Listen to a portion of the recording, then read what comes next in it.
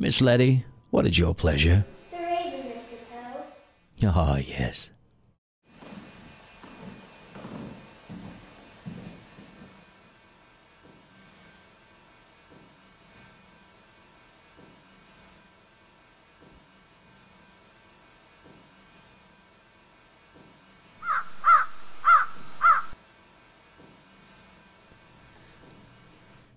Once upon a midnight dreary, while I pondered weak and weary over many a quaint and curious volume of forgotten lore, while I nodded, nearly napping, suddenly there came a tapping, as of someone gently rapping at my chamber door. "'Tis some visitor," I muttered, tapping at my chamber door. "Only this and nothing more." Ah, distinctly I remember, it was the bleak December, and each separate dying ember wrought its ghost upon the floor.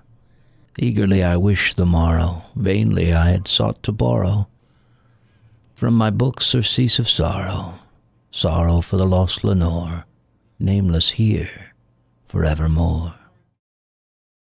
So that now, to still the beating of my heart, I stood repeating, "'Tis some visitor entreating entrance at my chamber door, some late visitor entreating entrance at my chamber door.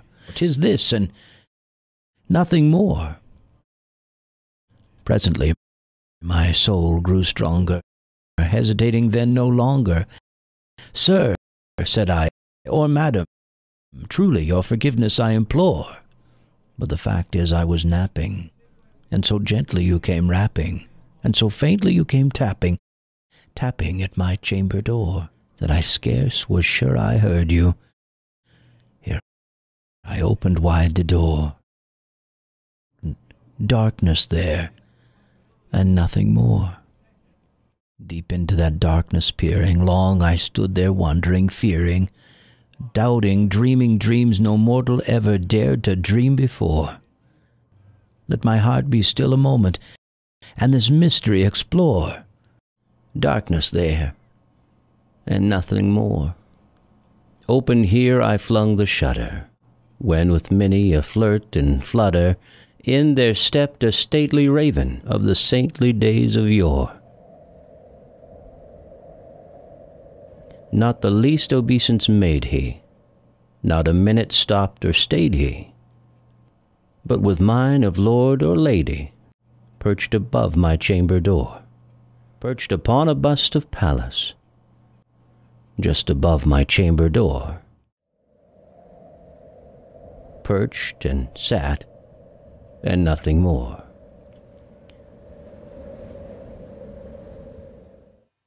Then this ebony bird beguiling my sad fancy into smiling, by the grave and stern decorum of the countenance it wore.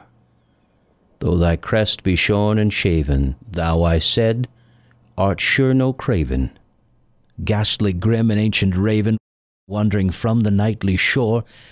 Tell me what thy lordly name is on the night's Plutonian shore. Quoth the raven, "Nevermore." Much I marveled this ungainly fowl, to hear discourse so plainly, though its answer little meaning, little relevancy bore. For we cannot help agreeing that no living human being ever yet was blessed with seeing bird above his chamber door, bird or beast above the sculptured bust, above his chamber door, with such name as Nevermore. But the raven, sitting lonely on the placid bust, spoke only that one word, as if his soul in that one word he did outpour. Nothing further then he uttered, not a feather then he fluttered, till I scarcely more than muttered, "Other friends have flown before. On the morrow he will leave me, as my hopes have flown before." Then the bird said, "Nevermore." Startled at the stillness broken by reply so aptly spoken, "Doubtless," said I, "what it utters is its only stock in store, caught from some unhappy master, whom merciful disaster followed fast and followed faster, till his songs one burden bore, till the dirges of his hope that melancholy burden bore, of never, nevermore. But the raven still beguiling my sad soul into smiling, straight I wheeled a cushioned seat in front of bird and bust and door. Then upon the velvet sinking, I betook myself to thinking, fancy unto fancy, thinking what this ominous bird of yore, what this grim, ungainly, ghastly, gaunt, and ominous bird of yore meant in croaking, nevermore.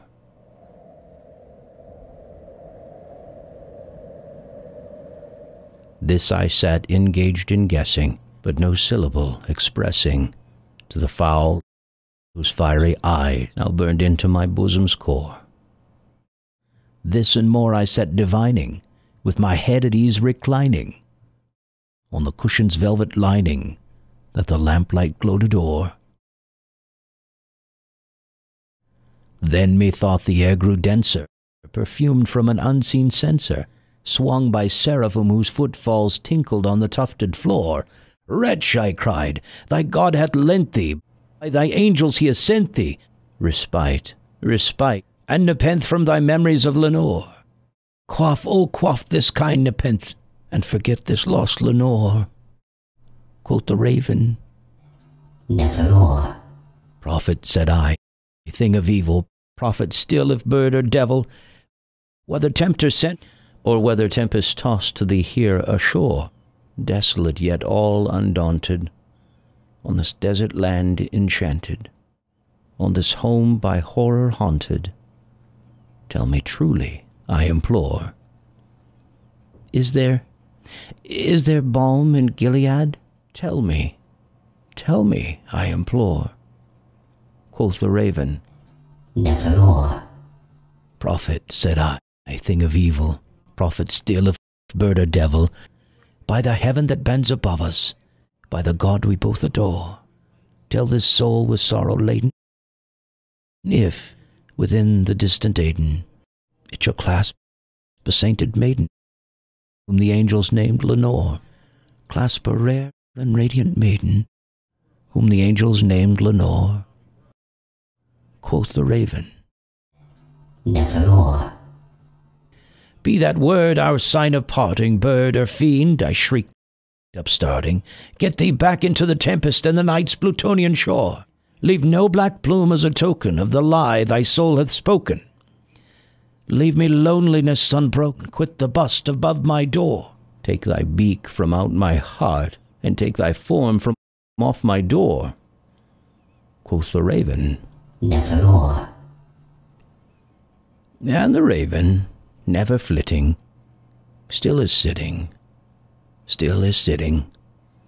on the pallid bust of Pallas, just above my chamber door. And his eyes have all the seeming of a demon's that is dreaming, and the lamplight o'er him streaming throws his shadow on the floor, and my soul from out that shadow that lies floating on the floor shall be lifted nevermore.